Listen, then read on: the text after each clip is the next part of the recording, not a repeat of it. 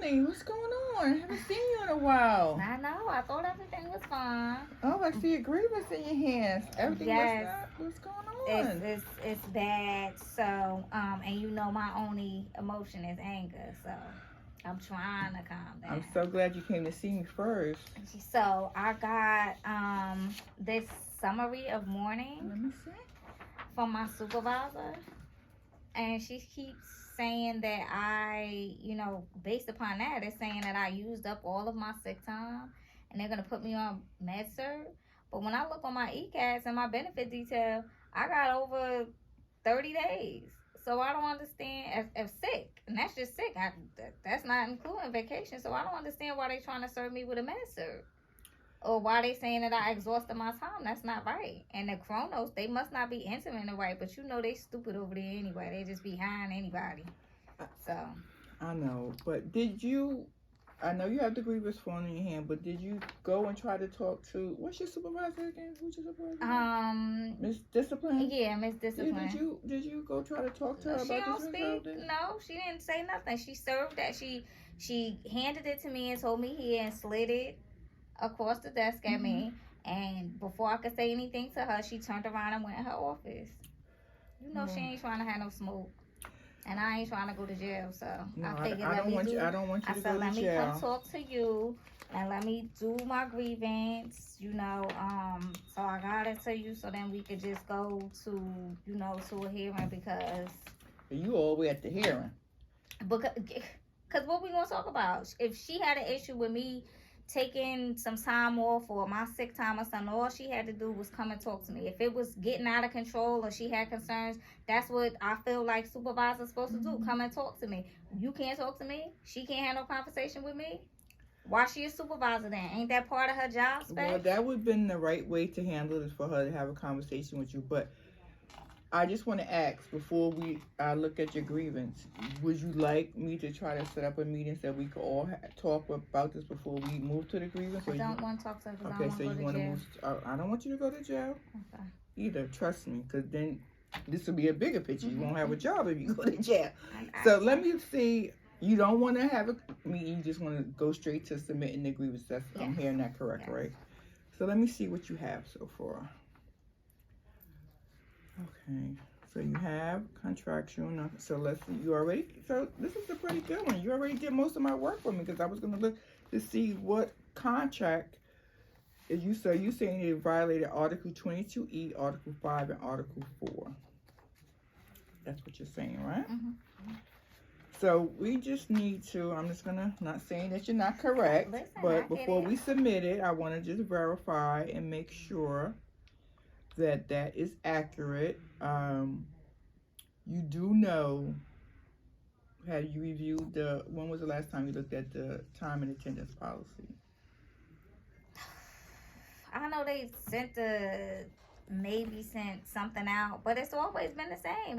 It's not gonna change. And even if it did change, they supposed to still have a conversation and let you know if I'm getting close or my time is out of control. Every time that I requested to use my sick day, I submitted on the form. You know how you request your vacation days? If I got a doctor's appointment or something going on, I always request the form, and Miss Discipline always approve it. And I write down sick on my time sheet and enter it into Chronos. So now for her, it's unexcused and absences, and then impedes my job duties. Like, what they talking about? Everybody retarded in here. I don't know. Okay, well, when we do Okay, go in, we're gonna have to know remain professional. Yes. We're gonna have to. we're going to, because if we go in there rah, then it looks like we're the ones that have the problem. And if you feel you have a case, then we can submit it. But when you do know that you've been here a minute, that you accrue your sick time, right? Yes. So if you use all your sick time before you accrue it, then you really, the state generously gives you all your time in the beginning of the year. Okay. It really doesn't mean that that's your time. They give it to you, and so you think it's your time, but you actually accrue it. So in January, if you use all 15 days, that wasn't really days to really So what use. they give it? So why they giving it to me? Why it's got my name on it inside of the benefit detail? That because it's If your it's not days, for me, if but it's not really for me, not your days so yet. it's like fake. So they play. It's like kind of play like that. days. It's kind of like play. They confusing. But the only thing I want But to say. then I carried overtime too. So if what I'm carrying happened with overtime, that time? I think. Listen, if I carried over, right? If I carried over time from the year before, then I'm in here. So if my new days is 15 new days, and I carried over 9, I technically only use. I don't do math real good, but you got it. Yeah, So me either. We'll figure that out. you know what I'm saying? So technically, I didn't use all of the days that I earned. I still carried over some days. But regardless of all of that, why she couldn't just say, why she was kept approving my slips? Well, that's a case that we can make, because not only is your responsibility to know how many days you have to be able to use, it's her responsibility as a supervisor to know if you have that time for the proof. Right. So, that's something that we could, put in. And then they ain't serving nobody else them days. That was going to be my next question. They don't have, nobody else didn't have anything, because I asked. I asked. Anybody else got an oral count? And then you going to lie and say that you had a oral counseling. Like oral, like as if that oral mean that you supposed to speak. Use your mouth. Use your words. She ain't use her words. She used her little finger and slid it on my desk. Well, this technically that she gave this to you and she wrote it and she checked off oral counseling. That's what she can say that she was. And I get what you're saying, but at the same time, we can't, make people be good supervisors. As a supervisor, I would have did that. As a supervisor, you probably would like called, like, what's going on? Why, I've noticed that but maybe she was neglecting her, that she didn't even notice until HR pointed out. We don't know. Mm-hmm. But you're feeling that this was unjust is what I'm hearing from you. Yes. Okay. I'm going to tell you, as a union, I represent you, and if you want to proceed with this grievance, we're going to have it. I just know that I need to get some additional information. Mm-hmm. They allowed to do some discovery to get your Cronus, your actual attendance records to see, are they accurate with this? Mm-hmm. And if they are, then we need to meet again so we can see which way we're going to proceed with this, or if you want to continue with the grievance, if I get the documentation from them that says what they're saying is accurate. Mm-hmm. That doesn't mean you can't file a grievance, but that means we might have to look at how we're going to present that grievance if the information they provide me as far as your time and attendance is accurate. So I need you to, if you can, because I'm thinking that might be our defense if they come and say, you did use all this time, is that this policy wasn't implemented fairly across the department. So if you can, I know people are reluctant to try to get a statement from someone. I know. But I'll ask. Please ask. If someone would be willing to be a witness or a statement that this has been past practice, that y'all haven't been disciplined, even though they would say that this is not a discipline, but it's in your file. It's going in your file. To me, it's a discipline, but technically it's not. So that's what I'm going to tell you what I'm going to do, and then this is what I need from you while we're working on this grievance. We have a certain amount of time, to file this. Right. So while I'm asking for information regarding your attendance, and you can print that out too, because they might not, I might have difficulty getting it, but you could print it right off of your inbox. So if you get I'm going to ask them for it to see what they provide, but you get it just in case, and then see if you could get any statements. And what's your schedule like the end of the week, like Friday? You have some time at lunchtime? We allowed time to work on this, and this is like I think it's that we got like 2 hours, but I can make some time Friday afternoon. You think you could have the information? Yes. By Friday? Yes. So let's meet again Friday afternoon, finalize this. You did most of the work.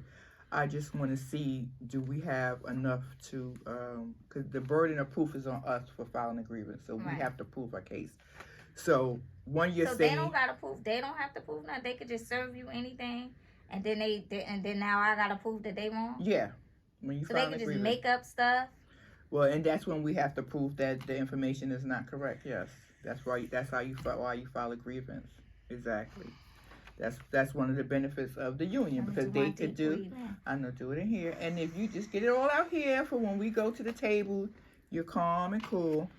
But that's one of the reasons for having a union, for when they do things that you think is unfair or just or against our contract, you can file a grievance to try to rectify that. So let's meet Friday after lunch around 1:30 here. Come in the office. We can have some privacy, Okay. and then that way we could submit this by Friday. And but I really try to get. I really need your attendance record, and really, if we if you could get some statements, I know that's going to be hard, or a witness, because that might be a little bit more difficult. But please keep it together. Don't say anything to her. Don't say anything other than the people you want to try to get a statement with. But don't be going around, oh, yeah, I'm filing a grievance against her. I won't say nothing to her. Nothing. She better keep the same energy and not say nothing to me, though. Yeah. It's like she slid it over there. She better slide herself Well, if past you me. have any, remember she's your supervisor, I so get it. she still has to provide direction. But at any time you feel retaliated against, or you know my number, or call me, or and we'll be right there. All right. Okay. So we on the same page. Yes. All right. Thank I'm you. sorry you're going through this, but let's see what we could do. Thank you. And I I'll see you on appreciate you. Friday. Yes. All right. Thank you. No.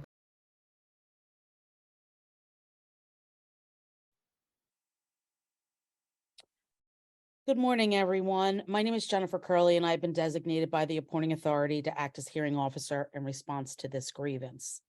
This is a grievance hearing for Melanie Aggressor, who was employed as Secretarial Assistant 1. The grievance was filed in a timely manner on 1/17/23 and in accordance with the provisions of the negotiated agreement. As a result, this grievance hearing was scheduled. The manner in which these hearings are conducted is informal but structured and administrative in nature. For grievances, the grievant, upon which the burden of proof rests, has the opportunity to make a brief opening statement first, or save for presentation. Management may then make their brief opening statement or wait till presentation as well. The union may then present witnesses or provide evidence. Management then has the right to cross-examine. At the end of the presentation, the grievant or his or her spokesperson may sum up or save their summation for later. Next, the management representative may present their response, calling any witnesses or presenting any evidence.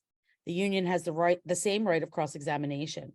Management may then sum up or save their summation for later. Summations are used to recapitulate information provided by testimony, evidence, and documents presented in the hearing.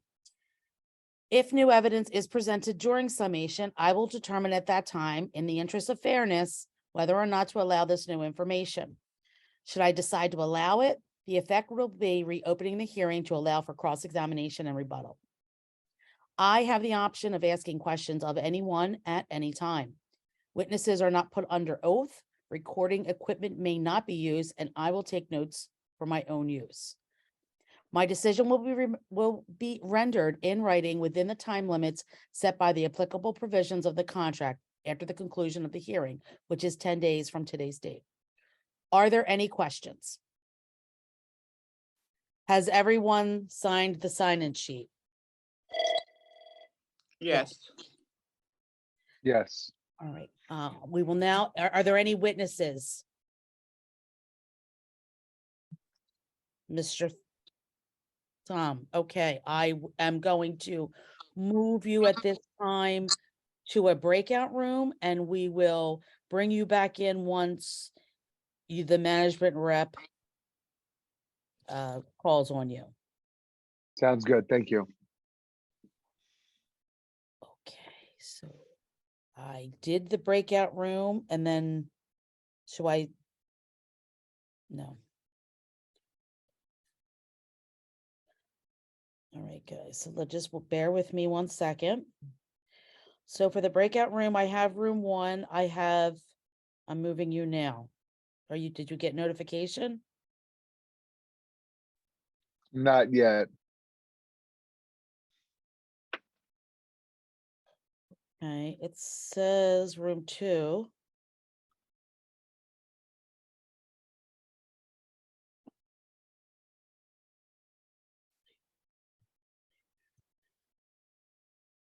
Right. Bear with me 1 moment. This always happens, right? I can't, Wanda, would you be able to assist me with this breakout room? I created it. I've put Dr. Diddums in it, but it's not letting me move him. What did I do wrong? He moves himself to it. Oh, okay. Dr. Diddums, I'm being told that you move yourself to the breakout room. I thought something would come up on the screen, but there is a breakout room created. It's just not It starting. usually does. I don't see it anywhere. I don't see any way for Well, me to if move. she created manually, Oh, wait, here it goes. All right, I think I'm good. Bye. Okay, thank you. And then what do I do? Just exit out of this? Okay. Thank you, everyone. Sorry for that technical difficulty. At this time, I'd like to read the grievance into the record. The name of the employee is Melanie Egresser, who works as a secretarial assistant 1. The designation of grievance has been designated as both contractual and non-contractual, citing Article 22E, Article 4, and Article 5. It is also checked off as non-contractual, citing violation of a Department Directive 230.5A9, which is the directive establishing policies and procedures. Just one point of clarification that I need before we start. Who will be the spokesperson for the grievance? Michelle Goodman Rollins, staff representative for CWA 1040, hearing officer Foley. Thank you, Ms. Goodman Rollins. I just have a question of clarification. Article 5 is cited. Is there anything specific in Article 5? Any specific section being alleged as being violated?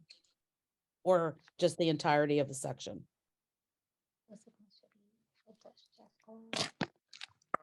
The entirety of the section, the whole Article 5.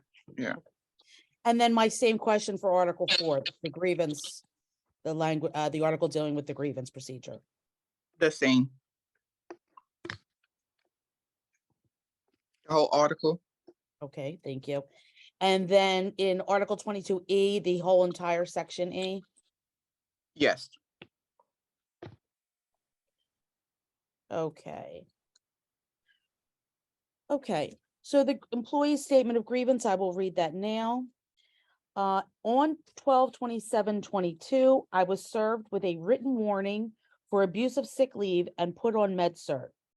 My write-up stated the following. An investigation from 1/1/22 to 12/27/22 through Kronos, the electronic timekeeping system, revealed that the employee had exhausted her sick time. Employee has been placed on MedCert on 12/1/22. The employee's actions impede facility operations. This is untrue as I have not exhausted all of my sick time. The correction of the grievance is that the oral counseling and MedCert should be rescinded. Timekeeping should keep better maintenance of their system and hire more competent staff. And this grievance was dated as indicated prior 1/17/23. So as mentioned in the opening statement, the grievant has the burden of proof. So Ms. Goodman Rollins, you will present first whenever you're ready. Okay, hearing officer Foley, we want to start with a modification of the grievance, if that's possible. Okay, We would like to take out the word written warning and submit it with summary of warning.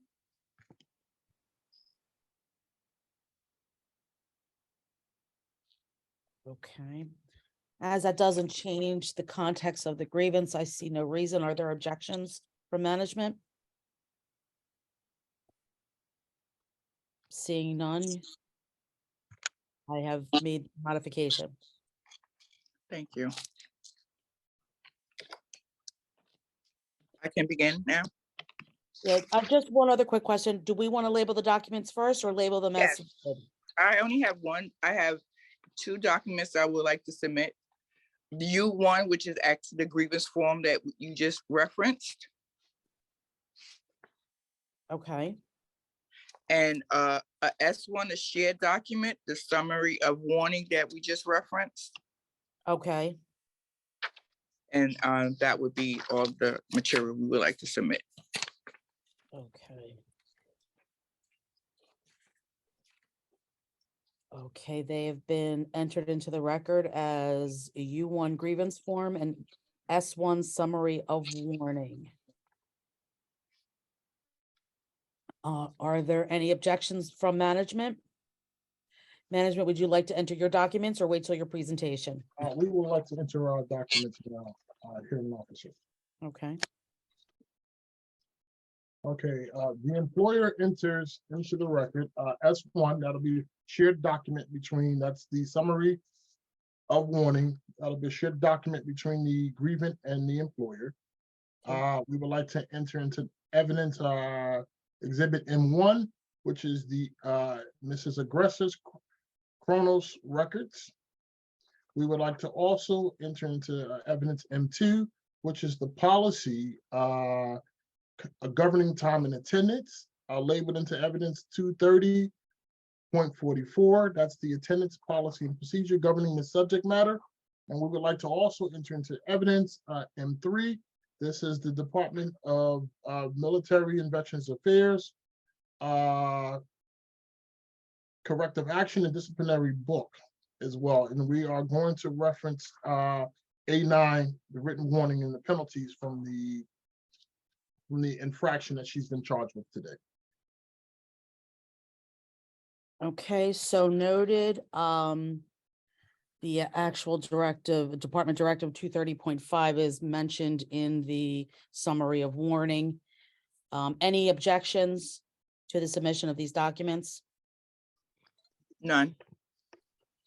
Okay, then I will mark the joint document, summary of warning, M1 Kronos report, and M2 230.44 and M3 230.5. Okay, thank you. Ms. Goodman-Rollins, again, you may begin. Okay, thank you. Good morning, hearing officer, management, and witnesses.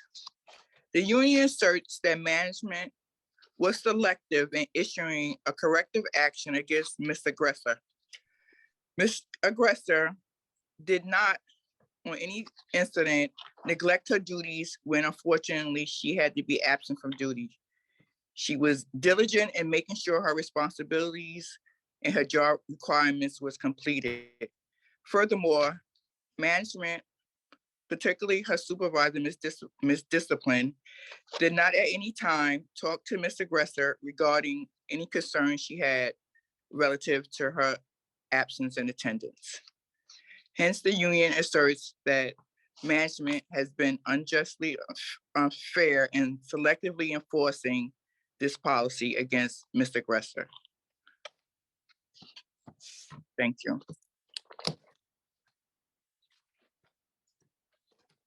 At this time, I would like to call Mr. Aggressor to ask her some questions, and she will be given a statement in reference to her grievance. Good morning, Mr. Aggressor.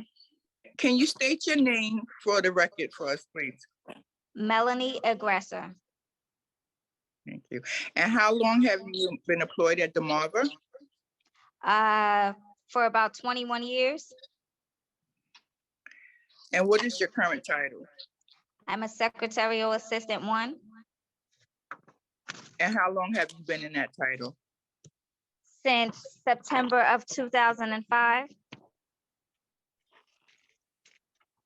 And have you, since 2005, or your 22 years of service, have you ever been disciplined regarding time and attendance before? No.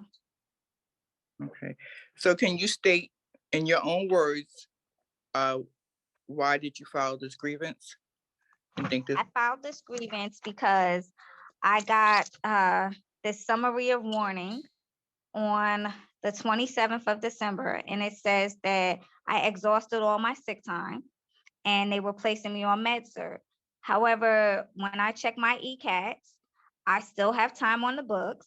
And I get 15 days a year and I carry over days. And I don't understand how they could say that I exhausted my sick time when I still have sick time on the books and they're putting me on med-surg. At any time, did your supervisor, Ms. Discipline, discuss her concerns about your time and attendance prior to issuing you this corrective action? No, At any time before receiving the corrective action, did you speak to Ms. Discipline regarding your time and attendance or needing assistance or accommodations as far as why you were out? every time that I was out or I was sick, I made sure that I scheduled it in advance and I let her know. And it was never no conversation or anything with me about me being out.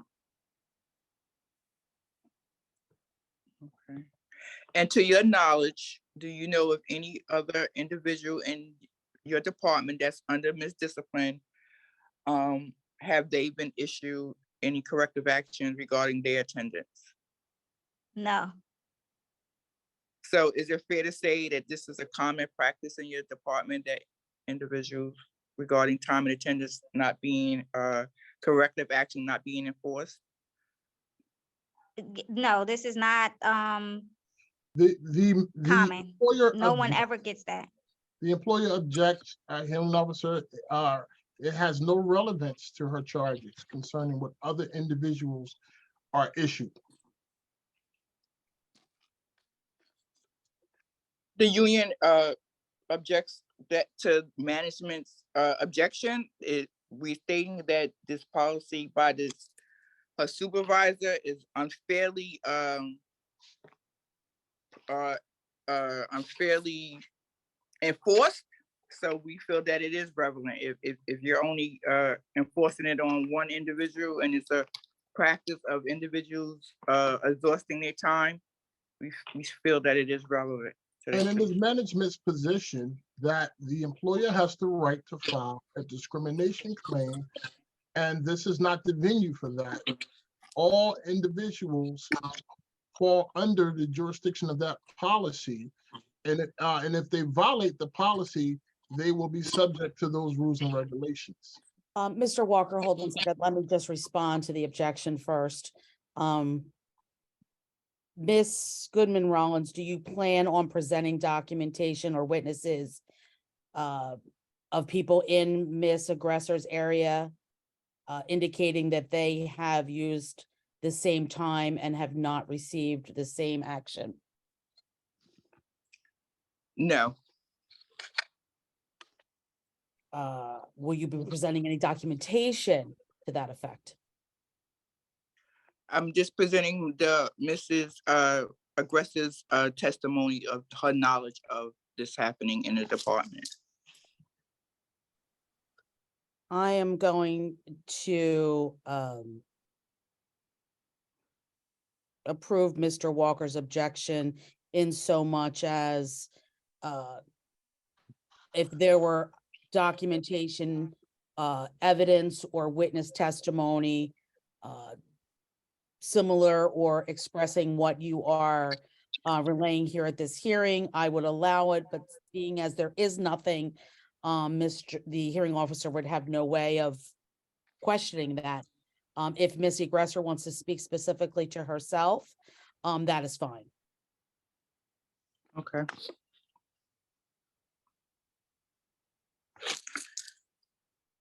Okay, Mr. Aggressor, so is there anything else that you want to add to your statement before we conclude your I have testimony? never been on med-surg the whole 21 years of my state service.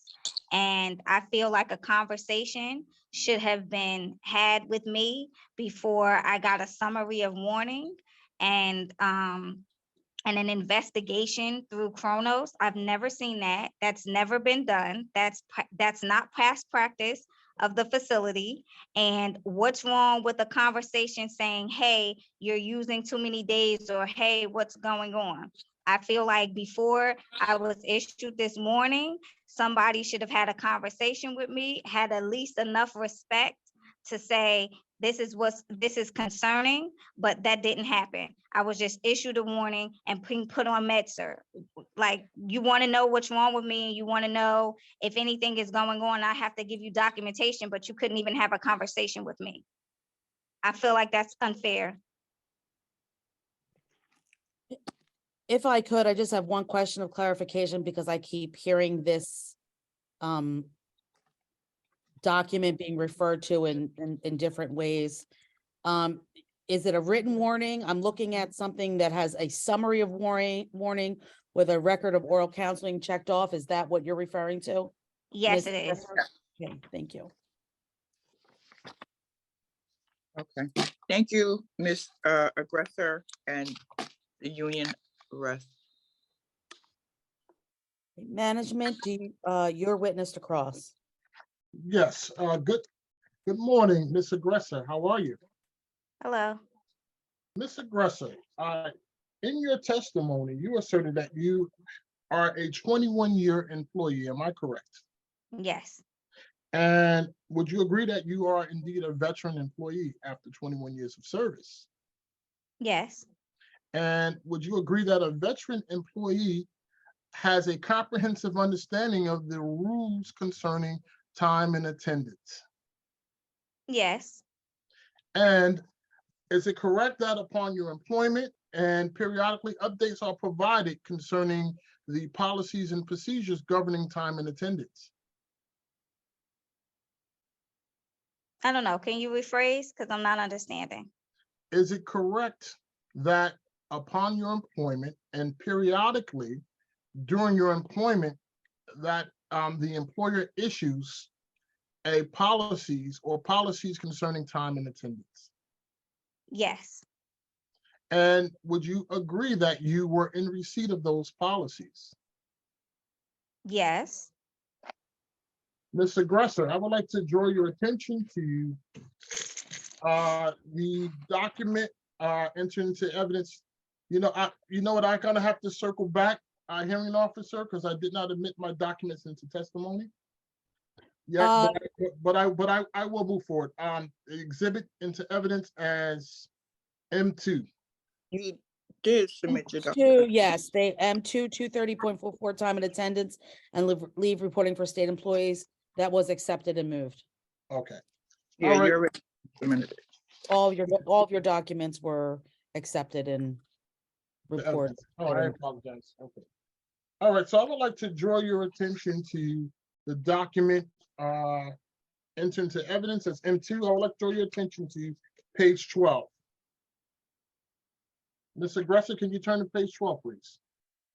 Of the document into evidence as M2. Okay. Okay, I would like to draw your attention to section 6 on page 12. Okay, I see it. Would you read that paragraph, please? An employee who has been absent on sick leave for periods totaling 15 days in one calendar year, consisting of periods less than 5 days, shall have his or her sick leave record reviewed by the respective appointing authority, and thereafter may be required to submit acceptable medical evidence from a licensed medical physician for any additional sick leave in that year. In cases where such illness is of a chronic or recurring nature, requiring absences of 1 day or less, only one certificate shall be necessary for a period of 6 months. All right, so Ms. Aggressor, I would like to draw your attention to the document entered into evidence as M1.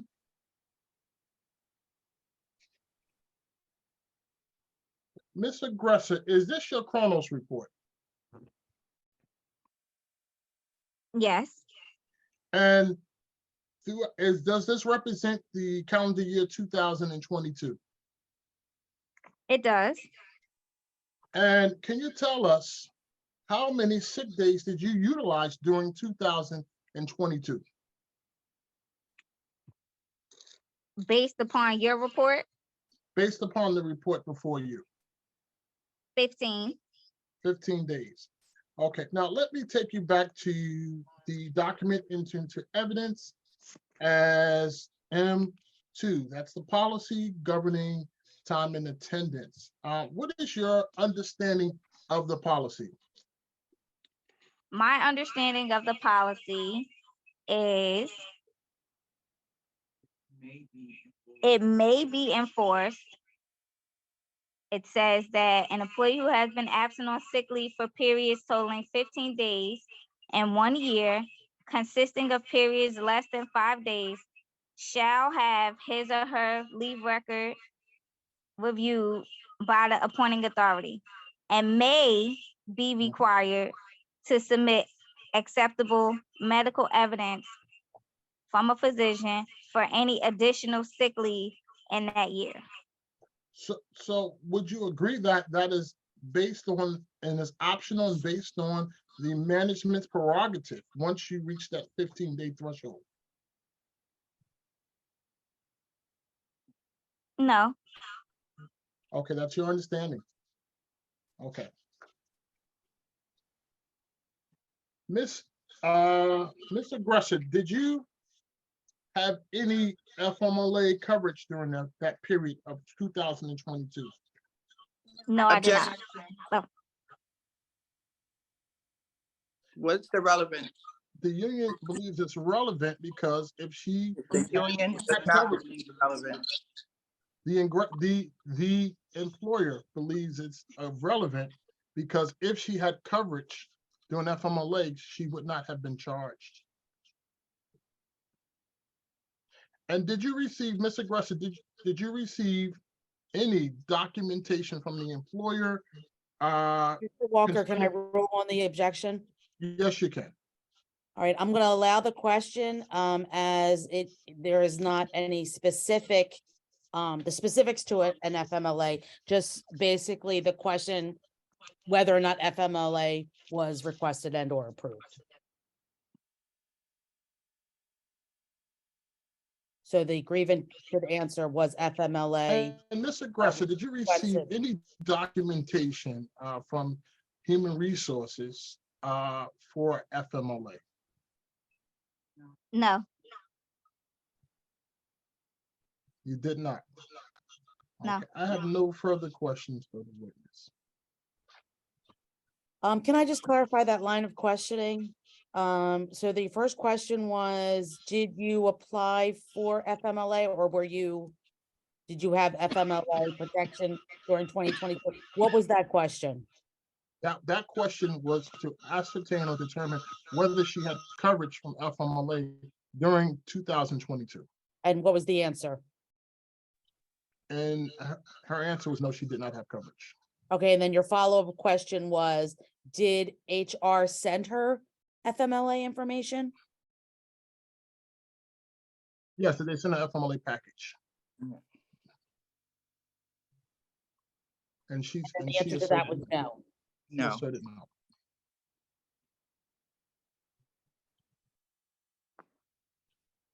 Okay, just one point of clarification.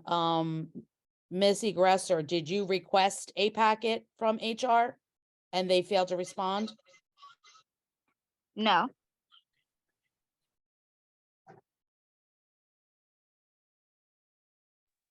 Okay. I wasn't aware that I needed a FMLA packet. Okay, thank you. Mr. Walker, did you have were you done your cross? I have no further questions. Ms. Goodman Rollins, any redirect? No.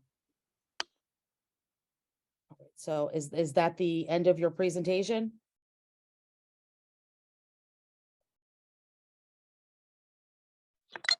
You're referring to management, right? No, to you. It's the grievance presentation. Are you done? Yes. Okay, that concludes your presentation? Okay, Yeah. thank you. Okay, Mr. Walker, are you prepared to or are you planning to Yes, respond? I'm prepared to give my opening statement. I'm prepared to give my opening statement during my presentation, and then I'll call the witness. Okay, Again, good morning, hearing officer, and good morning, CWA. The agency has a duty to meet its obligatory responsibilities of providing critical services to our disabled veterans. In order to carry out these essential functions, we must ensure that these services are readily available and that we have adequate staffing to meet the agency's goals. In the grievance before us this morning, we will demonstrate that the grievant willfully violated agency's attendance policy, which ultimately contributed to a decline in services. In this, the agency will demonstrate that the corrective action and the med-cert placement is consistent with the applicable workplace. And that will conclude our opening statement. so Mr. Walker, as I was asking, are you going to present first, or do you want your witness to be called into the? I have a witness. So you're going to be calling on your witness first? Yes, we are. Well, I'll present first. Okay, Okay. So in the matter, like I said before, us, the union would like to introduce our documents. Exhibit M1 is the chrono sheet. That is Mrs. Aggressive's chrono sheet. It shows that during the period of 2022, she missed approximately 15 days, which is a clear violation of departmental policy. Secondly, we would like to introduce the document into evidence as M2, and I would like to draw your attention to page 12, section 6, which clearly elaborates that if an individual utilizes more than 15 sick days, that individual is subject to med-cert. Objection. the reason for the objection? The misrepresentation of the argument does not clearly state. It says that may. Does not clearly state that that will happen. It says may happen. Well, management objects. I think the verbiage that I use is that they're subject, and if you're subject to, that is may. It don't say shall. I didn't use the word shall. I said subject to. It clearly states. It clearly states. It does state that she's subject to it. Okay.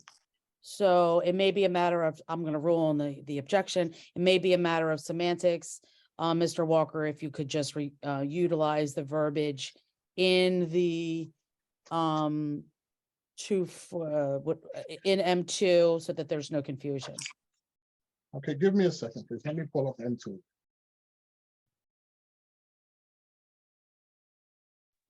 Would you like me to read it for you? No, thank you. This is management's presentation. I just had it right here, so I just was trying to save time, but okay.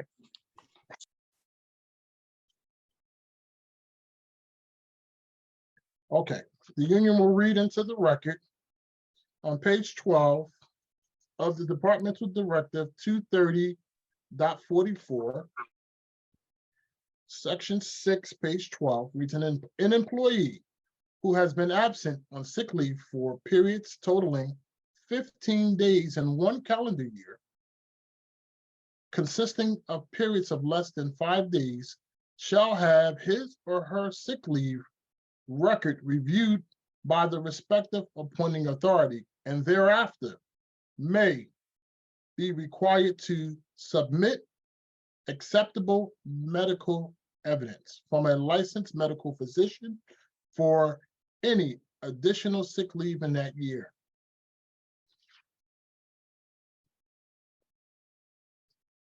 The next piece of evidence was entered into evidence as M3. And we would like to refer to page 4, where the penalties for first infraction, which this is Mrs. Aggressive's first infraction for an A9 abuse of sick time, the range is from a written warning or an official written reprimand.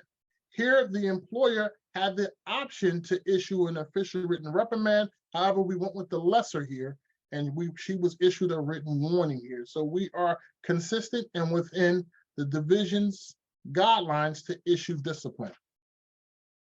And we would like to call our witness next. Before we call the witness, I just want to clarify once again, is this an oral counseling or is this a written warning? I'm looking at the document, and it says record of oral counseling. Yeah, man, I was trying to object, but I couldn't hit the mute that management referring to as a discipline. Oh, just a point of, I'll say so they're both corrective actions. Correct. I think that it says written warning, and it's an oral counseling, but it's in writing. okay. It's one of the same. But it's not a discipline, as you stated. It's not a discipline. So we have that corrected for the record, officer, hearing officer. The hearing officer has it correct. I would just ask for people to allow for me to ask the questions of clarification, and to get the answer, so I can make sure it's recorded properly. It is not in the record as being a discipline. It is in the record as an oral counseling. Okay, thank you. And Right, okay, bring him in, bring the witness in. yes, Okay, so we don't want to join him, but how do we bring him back? Move him to the main session. Here we go. yes. Yeah, he should be coming over soon then, I'm hoping. He should be on his way in. So it says move to main, here we go.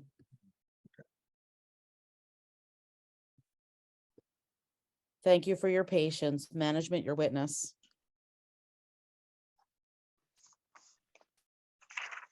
Good morning, doctor. How are you? I am doing well, thank you. How are you today? I am well. And can you state your name for the record? Certainly, it's Dr. Spartacus Diddums. And what is your current title, doctor? I'm the director of HR. And how long have you held this title? 16 years, 37 weeks, 2 days. A little bit. You're detailed, doctor. Very detailed. I tried, thank you. Can you provide us with a narrative of your job responsibilities? Absolutely.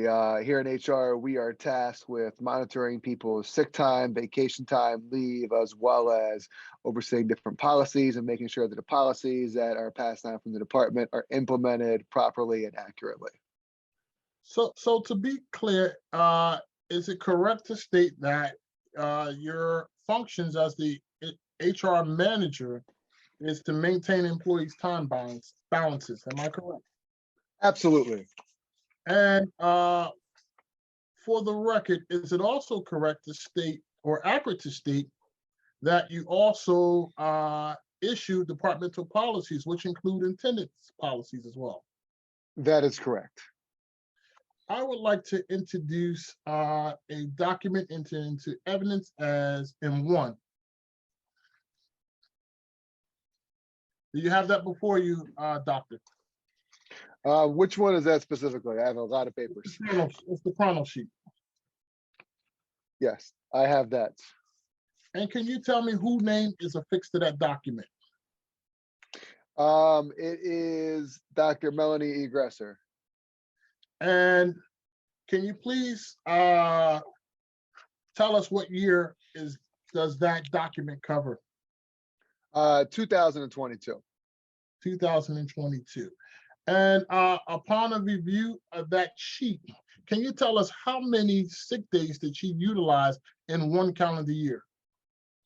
All of them. Actually, Ms. Aggressor ran out of sick time effective December 1st. And when you say all, can you give us a definitive number? All 15 that she had. 15, okay. All right, I would like to draw your attention to the document and then into evidence. That's not true. I still have time on the books. That's not true. Hearing officer, can you control the witness, please? Excuse me, Ms. Goodman Rollins, you need to control the grievance as her spokesperson. I apologize. Mr. Gressman, I have this. Is there an objection? No. All right, Mr. Thumb, you can, excuse me, Dr. Diddums, you can continue. And what was that question, Mr. Walker? Okay, the question is, I asked you to review document M2. That's the policy governing time and attendance. Okay, I have that.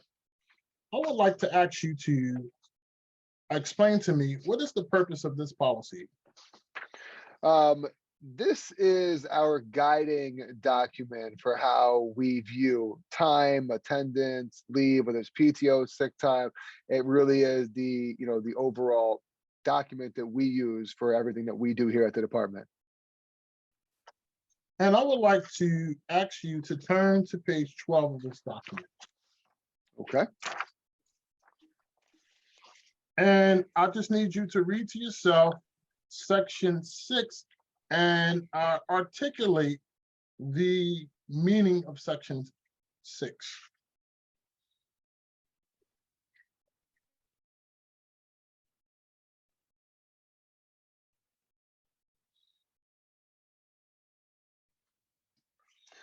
So basically, the way I interpret this is that if an employee is on sick leave for more than 15 days in one calendar year, with there being increments of less than 5 days, then their sick leave record is reviewed by the respecting appointing authority, and they may be required to submit any sort of medical evidence, after that point, to ensure that it's not a blatant abuse of sick time.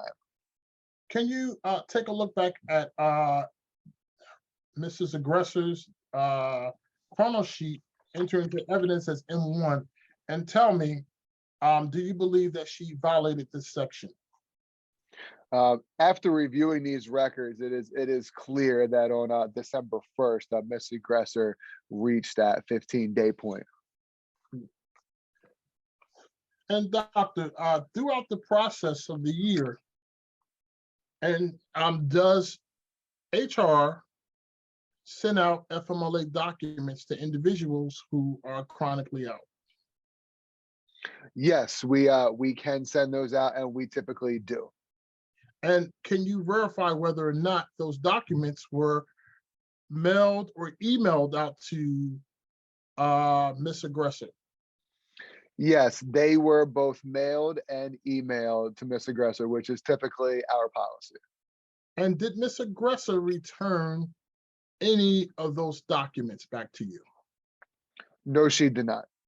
Did Ms. Aggressor reach out to anybody within your department to articulate or communicate that she was having an issue with the time and attendance and she needed some form of assistance? Not that I'm aware of. I would like to draw your attention to a shared document, S1. And I would like for you to take a moment just to review that document. Okay. And can you explain what the document is to the best of your knowledge? I don't have the markings of S1. I wasn't there previously, so can you just let me know what that is? Can somebody get S1 for the doctor, please?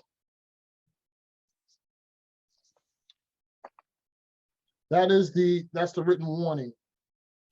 Okay, all right. That's what I thought. I wasn't here when it was marked up previously. That's the summary of the warning? Yes. Okay, correct. I have that then.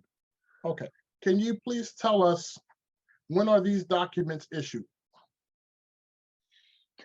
These documents are typically issued when there's a reason for them to be issued. So in this specific situation, this was issued to Ms. Aggressor after we realized that she had in fact, exhausted her sick time and was at that point where notification needed to be sent. To the best of your knowledge or recollection, are other individuals or employees issued these same documents? Absolutely. Is it common that anyone who reaches the 15-day mark and does not have FMLA is subject to the issuance of this type of corrective action? Yes, that is correct. It is fairly standard operating procedure.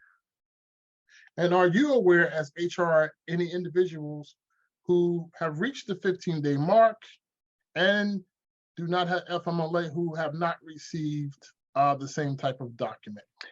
I am not, and if there is a particular situation, a scenario where that has occurred, that is a pure oversight, and they should have received that. Thank you, Doctor. I have no further questions for.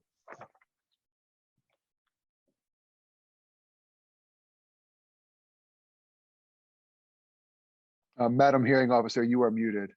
Sorry about that. Ms. Goodman Rollins, this is your opportunity to cross-examine management's witness. Thank you. Good afternoon, Mr. Diddis, did you say? It is Dr. Diddums. Excuse me, Dr. Diddums. Thank you. I have just a couple of questions for you. So you said, how long have you been in the title of HR manager, you said? Well over 15 years. Okay. And to your knowledge, if a person is neglecting their job responsibilities and they're not getting their work done, would it be fair to say that they would have received a discipline or some type of corrective action? That's not typically something that falls under the purview of HR, so it's not really a question that I can answer. So neglecting of job responsibilities would not be a HR matter, you're stating for the record?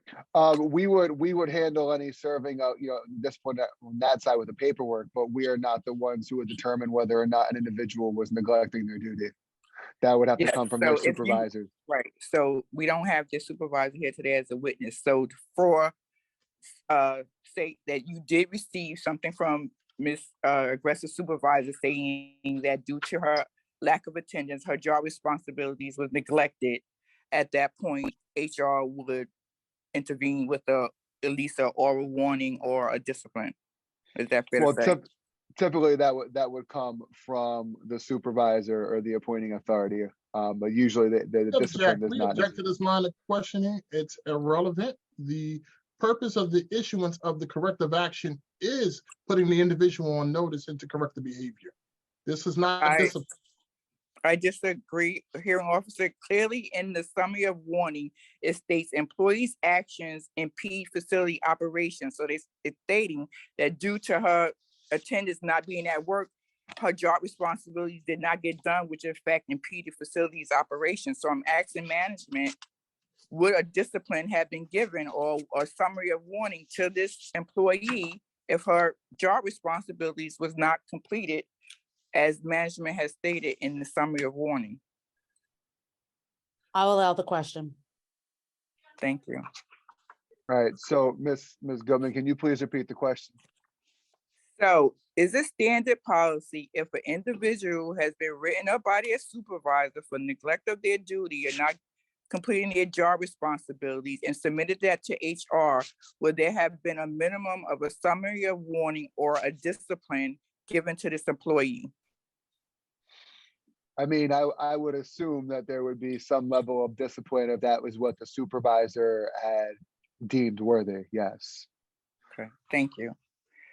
To your knowledge, do you have any documentation from Ms. Aggressor that she received or signed off on the policy that management has, that was, excuse me.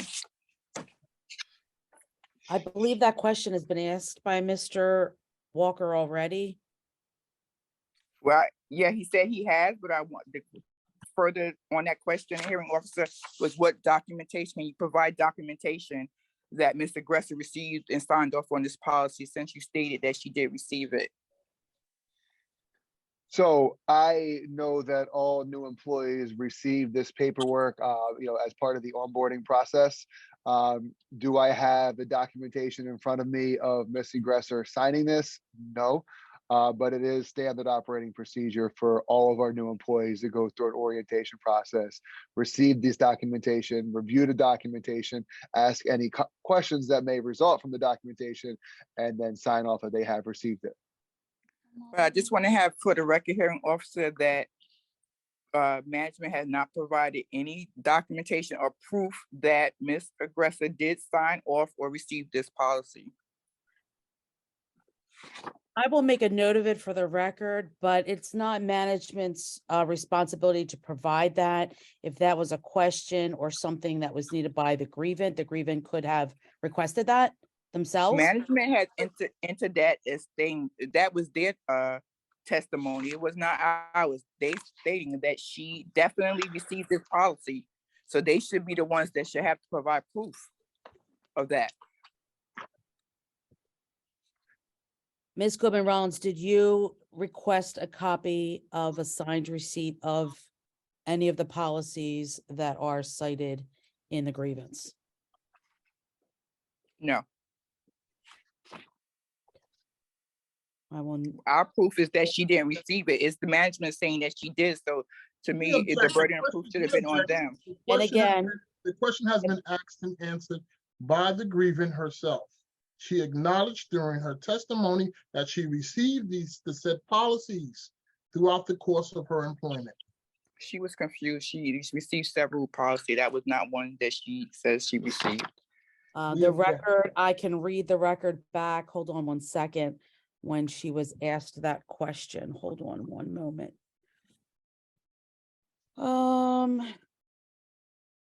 When cross-examined by Mr. Walker, he asked her numbers of years, asked if she considered herself a veteran employee, to which she said yes. Asked the employee whether or not she had understanding of the time and attendance policy, to which she answered yes. When asked if she received were updates provided regarding time and attendance policies, she responded yes. Had she been in receipt of those policies, she responded yes. So I think that those answers speak for themselves. Unless I have an inaccurate accounting of that line of questioning.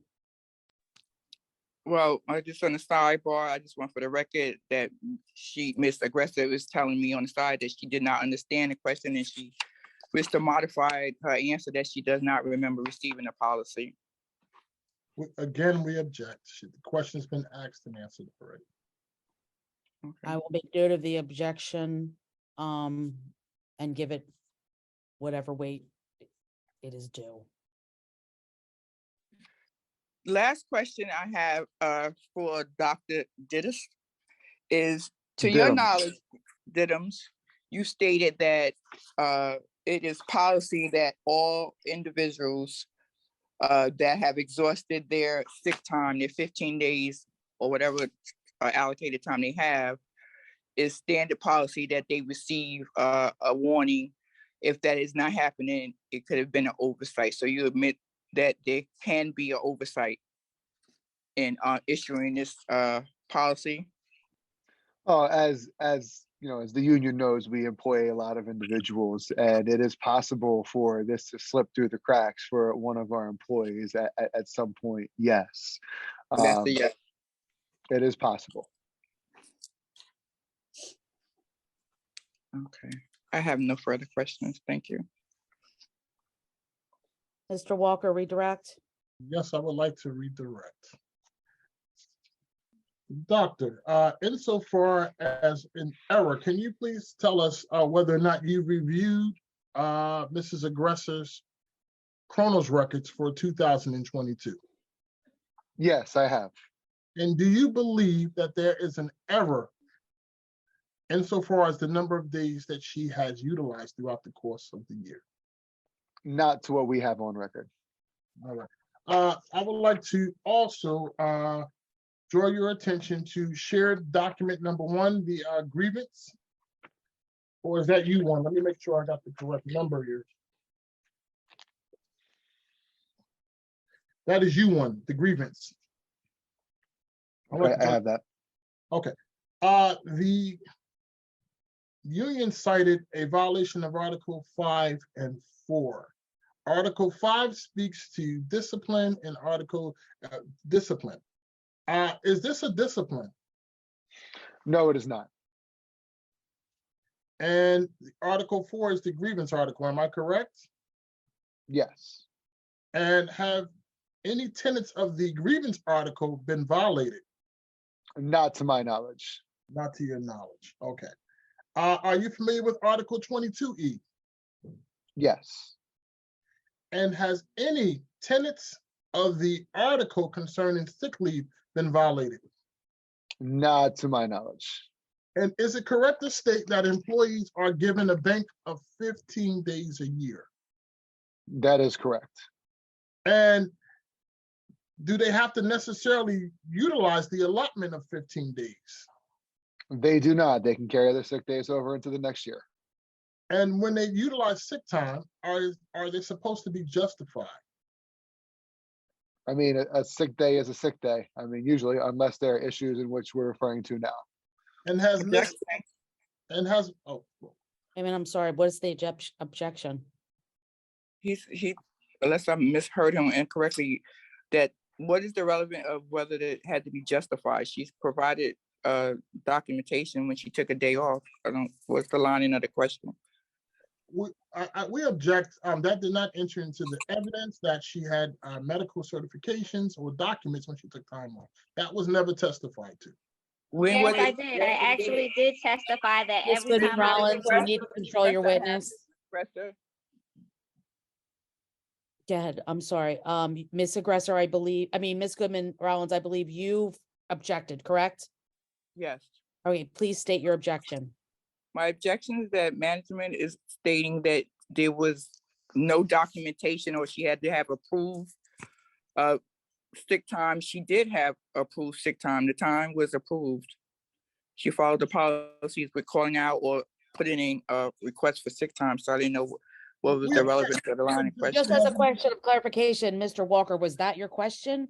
Well, yes, but that was not my question. I object. My question was to ascertain whether or not she submitted a medical certification during the period. She's not being charged for a procedural violation.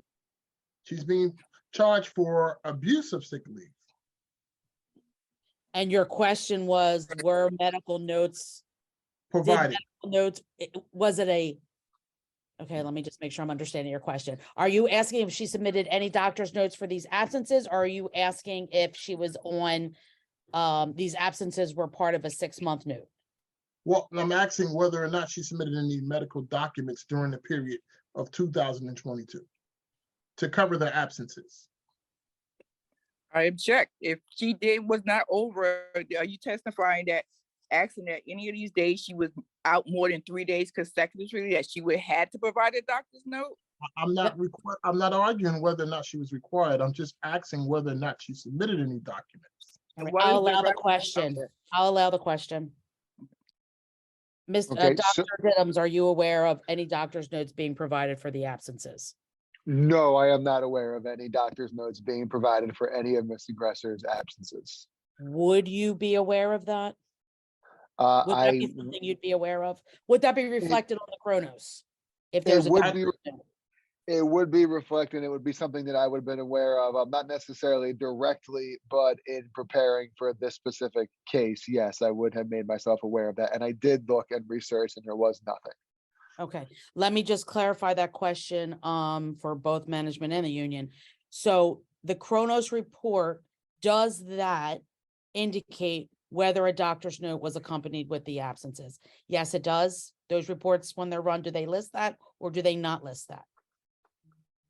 To what I know, it lists it, depending on if it was denoted by the person who was entering it in. Mr. Walker, if you could just clarify for purposes of this hearing, does the Chronos record that was entered into the Chronos report that was entered into the record, does that indicate whether or not? It is the employee's understanding that it is. Okay, so Ms. Goodman Rollins, if you could just refer to the Chronos record, that does indicate when doctors. Chronos report they're looking at, but it does not indicate what we have, what they submitted for discovery does not indicate whether doctor's note was provided. Can we ensure that we're looking at the same document? Because I believe the document that was agreed upon and entered did have that information.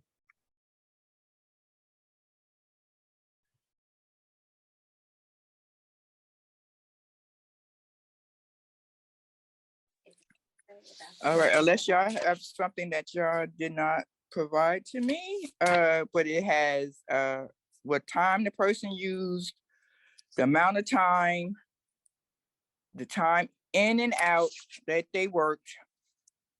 I don't see anything on here in reference, unless it's in a code that I don't know what the code is.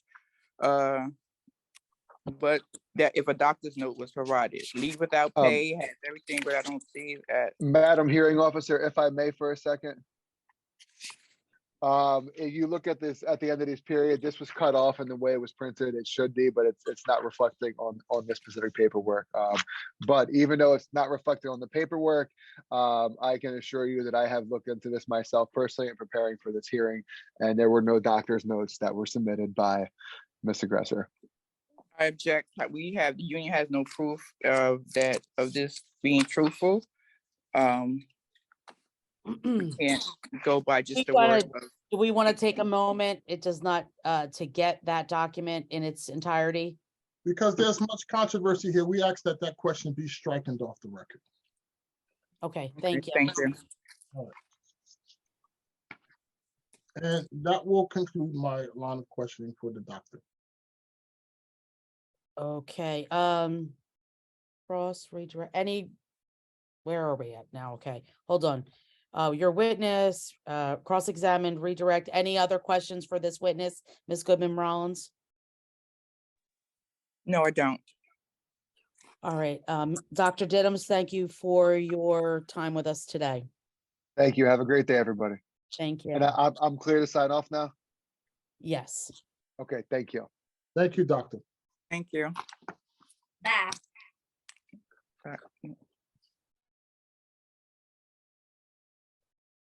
Okay, does that conclude management's presentation? Yes. Yes. Okay. Are both sides ready for their summations, or do you need a few moments to get them together? The union needs 2 seconds, 2 minutes. Okay.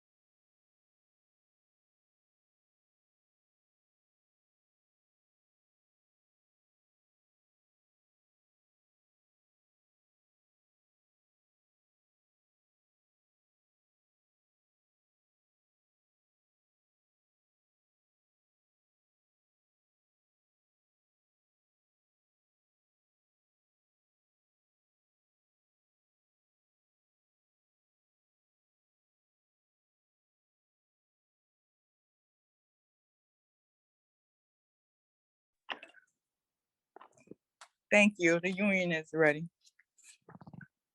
Okay. Management, are you ready as well? Okay, so the union will go first. Yeah, the union will go first with their closing. Okay, thank you. Again, we still in the morning, right? Good morning. Hearing Officer Coley, management, witnesses gone. The union asserts that management was unduly harsh with enforcing a summary of warning to Ms. Aggressor. Their own policy M2, which states that they may be required to provide, that she may be required to provide medical evidence for any additional sick time after the 15 days has exhausted, clearly shows that they had an option in enforcing this. Management has also not proven that Ms. Aggressor was neglectful in her job duties, and management own witness has corroborated that the mistakes can be made in enforcing a summary of warning and relative to time and attendance. The union feels that this oral summary of warning should be rescinded, and that Ms. Aggressor should be able to continue her work without any marks on her record. Thank you. That's all we have.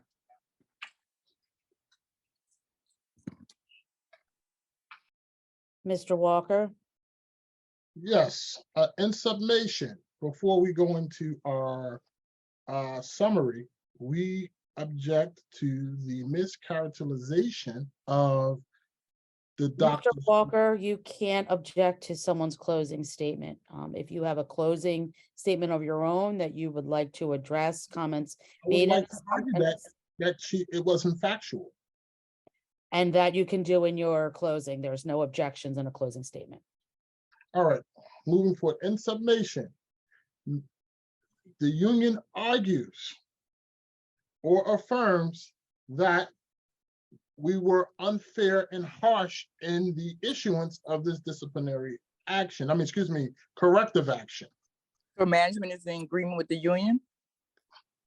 No, we're The not. union. Miss Goodman Rollins, please do not disrupt the management representative during his closing. He did not disrupt you. Allow him to speak, please. Thank you.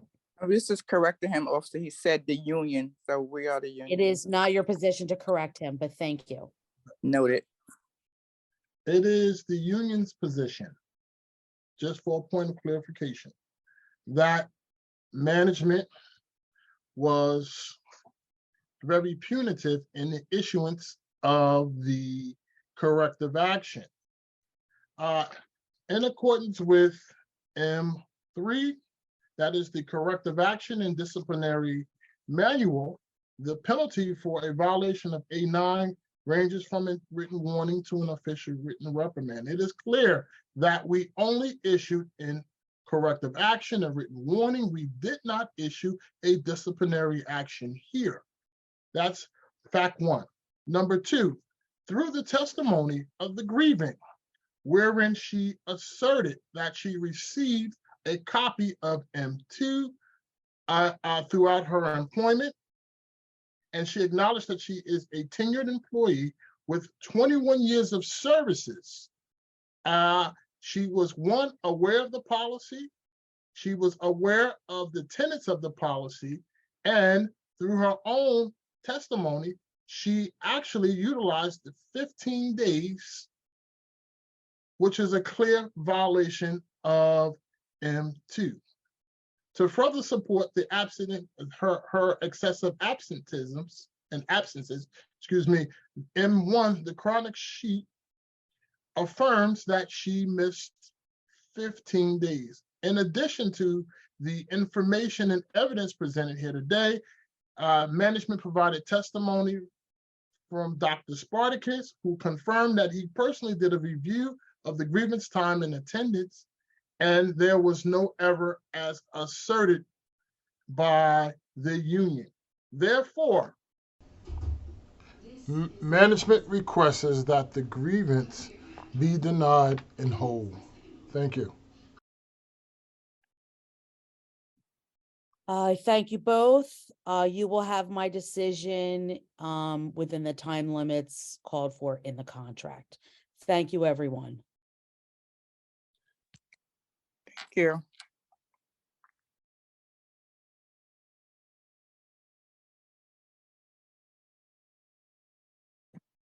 Good morning. My name is Jennifer Curley, and herein is my decision on the Melanie aggressor grievance. In reviewing what was testified to and submitted, my decision is as follows. Number one, Miss Aggressor's 2022 printout from Kronos shows that all time balances were depleted as of 12/1/22, inclusive of her sick time. Number two, Departmental Directive 230.44 reads that employees absent 15 days in one calendar year, consisting of periods of less than 5 days, shall have their sick leave record reviewed by the supervisor or human resource department, and thereafter may be required to submit acceptable medical evidence for subsequent sick absences. Number three, a summary of warning dated 12/27/22 was served on Miss Aggressor, citing abuse of sick leave and placing her on MedCert effective 12/1/22. This grievance cites 3 contractual violations and 1 non-contractual violation. Additionally, the grievant requested that both the summary of warning and the MedCert requirement be rescinded. I will address each of these requests and alleged violations. Contractual. Article 22E 6A reads as follows. The appointing authority may require proof of illness of an employee on sick leave whenever such requirement appears reasonable. Such requirement shall be consistent with civil service rules and regulations. It reads further in B, an employee who has been absent on sick leave for periods totaling 15 days in one calendar year, consisting of periods of less than 5 days, shall submit acceptable medical evidence for any additional sick leave in that year, unless of a chronic nature, at which point a 6 months doctor's note would suffice. No evidence was provided nor argument made that a 6-month note had been submitted. Additionally, clarification was sought as to whether the grievant had FMLA protections, which she did not. Ironically, the article cited as in the grievance as having been violated was in fact followed by management when placing the employee on MedCert. Nothing was submitted either through grievant or witness testimony or documentation showing any violation of Article 22. The grievant has not met the burden of proof, and this alleged contractual violation is denied. Article 4, grievance procedure. The fact that this proceeding was held without incident or delay shows that the process outlined in Article 4 was followed. The grievance was filed on 1/17/23, was scheduled and timely heard. No evidence was presented to show that there were any actions undertaken by management to deny Miss Aggressor the ability to file and have heard her grievance. Nothing was submitted either through grievant or witness testimony or documentation showing any violation of Article 4. The grievant has not met the burden of proof, and this alleged contractual violation is also denied. Article 5, discipline. The grievant asserts a violation of Article 5, which is the contractual article dealing with disciplines. There was no disciplinary action issued in this circumstance. Management issued Miss Aggressor with a summary of warning and MedCert requirements. Actions such as oral counselings, oral warnings, and written warnings are used to serve as a corrective tool rather than a more punitive disciplinary action when calling attention to employment concerns. It should be noted that management could have issued an official reprimand and would have still been in line with the recommended penalty outlined in Departmental Directive 230.05, which has a range of a written warning to an official reprimand. Instead, they used discretion and went for the corrective action of a summary warning. Nothing was submitted either through grievant or witness testimony or documentation showing any violation of Article 5. The grievant has not met the burden of proof, and this alleged contractual violation is also denied. Side note, there was some controversy regarding proof of policy receipt and understanding by the grievant. During management's questioning, both specific and extensive, the grievant indicated that she received understood, and was aware of the time and attendance policy. The union's later assertion that the employee did not understand the question is not a reasonable argument given the extensive questioning by Mr. Walker. This writer believes the grievance initial testimony and bases this decision on same. Non-contractual grievance. The grievance cites a violation of DeMava Department Directive 230.5A9. This directive establishes policy and responsibilities for the employee corrective and disciplinary action function within the department. A9 speaks to abuse of sick time and provides for a range in action, written warning to an official reprimand.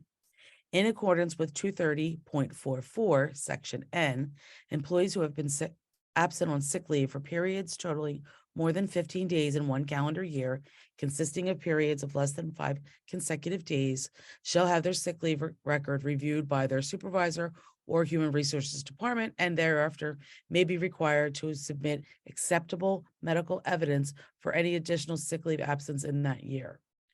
The Kronos records revealed that all of Missy The Kronos records revealed that all of Miss Agressor's time had been exhausted.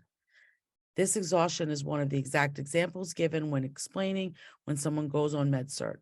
Therefore, placement on MedCert is appropriate given the usage of time. Miss Aggressor utilized her time in a manner that provides for an employee to be placed on MedCert, and in doing so is seen as abusing time and accordingly in violation of 230.44 and subjected to the actions cited in 230.05.